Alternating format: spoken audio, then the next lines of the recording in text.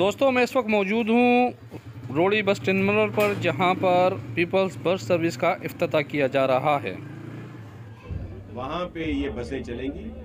उसके बाद जो दीगर शहर हैं फिर उनमें ये सर्विस जो है वो प्रोवाइड की जाएगी। महंगाई की आपने बात की, बिल्कुल बहुत तकलीफदेह मराहिल है, बहुत ज़्यादा महंगाई है और आप सबके इल्म में है कि इस तरह की मुश्किल सूरत हाल से जो आज हम दो चार हैं, इसका सबब क्या है?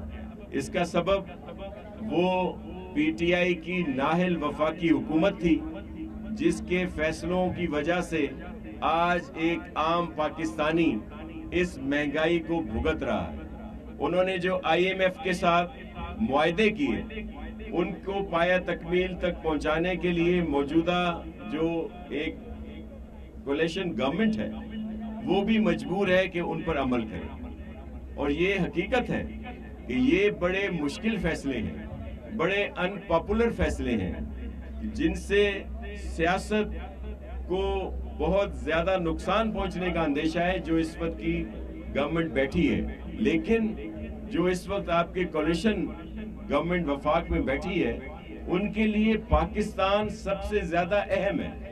उन्होंने अपनी सियासत की कुर्बानी देने के लिए भी वो तैयार हैं और इस तरह के फैसले, मुश्किल फैसले जो उनके लिए नागुज़ीर हैं, वो उनको करने पड़ रहे हैं, क्योंकि जो नाहिल वफाकी हुकूमत थी पीटीआई की, जो वो एग्रीमेंट करके गई आईएमएफ के साथ, अगर उस पर अमल न किया जाता तो आज हम डिफॉल्ट में होते, आज उन ममालिक की फहरिस्त में होते जिनसे कोई ट्रेड करने के लिए तैयार नहीं है।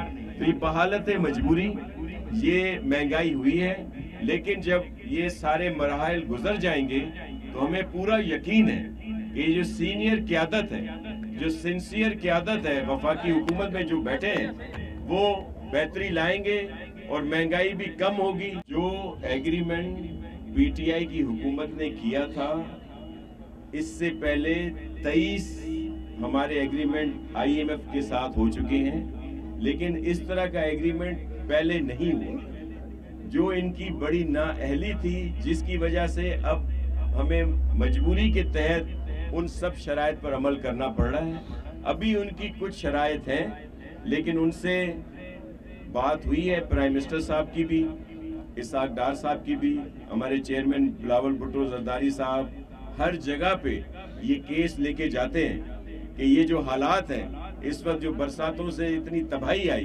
तो उसकी वजह से भी इसमें हमें नरमी होनी चाहिए। तो मुझे पूरा यकीन है कि अब आईएमएफ जो है वो अपनी उसकी किस्त भी रिलीज होगी, और जब आईएमएफ इस मुआहदे पर अमल करना शुरू कर देता है तो दुनिया के दीगर जो मुल्क हैं वो भी हमारी सपोर्ट करेंगे, और फिर आप देखेंगे कि डॉलर भी कम आएगा, ऑयल की प्राइसेस भी कम होंगी, और ये जो एक होशरबा महंगाई है जो आम आदमी जिसको बर्दाश्त नहीं कर सकता, उसमें काफी हद तक कमी आई। हुकूमत में जितनी गंदम यहाँ पे हुई, उसका बहुत बड़ा हिस्सा स्मगल हो गया अफगानिस्तान को। तो जो फेडरल गवर्नमेंट है, ये उसकी बॉर्डर्स पर होता है जिम्मेदारी कि वो इस स्मगलिंग को रोके, और इन्होंने सारी गंदम वहां भेज दी, जिसकी वजह से यहाँ पे किल्लत हुई।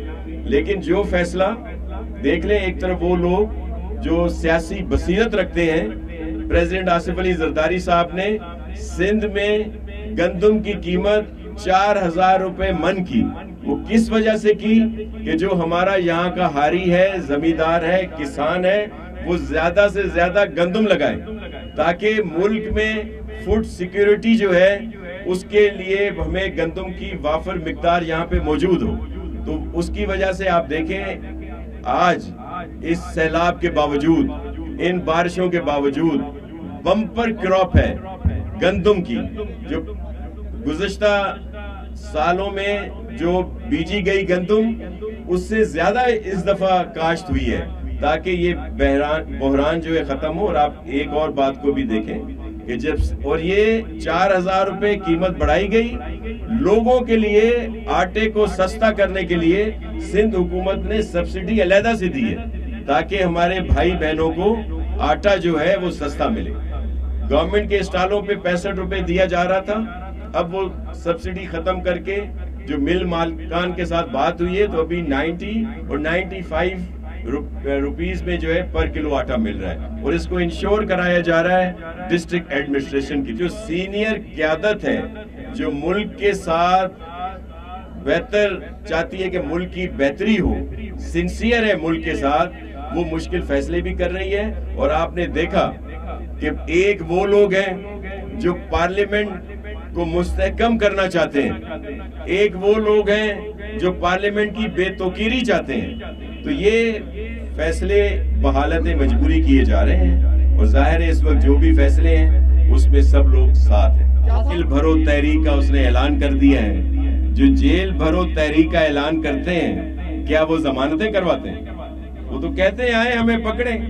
लेकिन ये इमरान खान, इंतशार खान ये चाहता है कि दूसरे लोग गिरफ्तारियां दें, गरीब लोग, जो वर्कर, जो अवाम है वो गिरफ्तारियां दें, और ये जो लीडर साहिबान हैं ये घर में बैठ के ज़मान पाक और दीगर जगह पे बैठ के मजे लूटें। तो ऐसा नहीं है। अगर उन्होंने गिरफ्तारियां देनी है और वो जो जेल भरो तहरीक का उन्होंने ऐलान किया है तो 100 बिस्मिल्लाह। और मैंने तो उन्हें रिक्वेस्ट की है कि अगर आपने गिरफ्तारी देनी है तो सिंध में आके दें। जो सिंध की हमारी जेलें हैं उनका हमने नाम भी चेंज किया है, क्योंकि हम वहां पे बहुत ज्यादा बेहतरी लाए हैं। उनका हमने नाम रखा है, पहले प्रिजन नाम होता था, जेल होता था, अब हमने उनका नाम रखा है करेक्शनल फैसिलिटीज, करेक्शनल सर्विसेज। तो जब खान साहब, शेख रशीद और इस तरह के बहुत सारे यहाँ पे आएंगे, उनकी खिदमत भी करेंगे और उनकी इस्लाह करके भेजेंगे। कभी न कभी लॉन्च करते रहते हैं, लेकिन इन इदारों के लिए, हमारी फौज के लिए पाकिस्तान सबसे ज्यादा अहम है। और जब वो देखते हैं कि उनका कोई लाया हुआ ना अहल लाडला मुल्क का बेड़ा गर्क कर रहा है, तो जाहिर है वो उसे हाथ हटा लेते हैं। इस वक्त इमरान की बाजवा साहब से दुश्मनी क्या है? वो ये है कि वो कहता रहा कि जिस तरह आप मुझे आरटीएस सिस्टम दीगर तरीकों से लाए, पंजाब में जिस तरह आपने सबको मेरे साथ शामिल करवाया, इस दफा जब नो कॉन्फिडेंस की मूव हुई तो आपने उन लोगों को पकड़ा क्यों नहीं? आपने उन लोगों को रोका क्यों नहीं? मतलब इमरान बाजवा साहब से गैर आईनी काम के लिए नाराज है। तो हम इस वक्त जो बाजवा साहब की इज्जत करते हैं वो इस वजह से कि उन्होंने एपॉलिटिकल हुए और उन्होंने इमरान खान की बातों पर ध्यान नहीं दिया। एक बात का क्रेडिट इमरान खान को जरूर जाता है, और वो क्या है? वो ये है कि इसने इन इदारों से तौबा करवा ली। आपको याद होगा कि जो DJI lieutenant general Nadeem Anjum साहब, जो बहुत प्रोफेशनल जबरदस्त इंसान है, उन्होंने जो प्रेस ब्रीफिंग दी थी उसमें उन्होंने कहा कि इन हालात के बाद हम सब एपॉलिटिकल हैं। न सिर्फ ये जो इस वक्त सरबराह है हमारी एस्टेब्लिशमेंट के या फौज के, बल्कि जो आने वाले 10-12 साल हैं, वो जितने भी फॉर्मेशन कमांडर्स हैं उन सब ने कहा है कि हम इस मामले में नहीं पड़ेंगे और जो काम है वो सियासतदान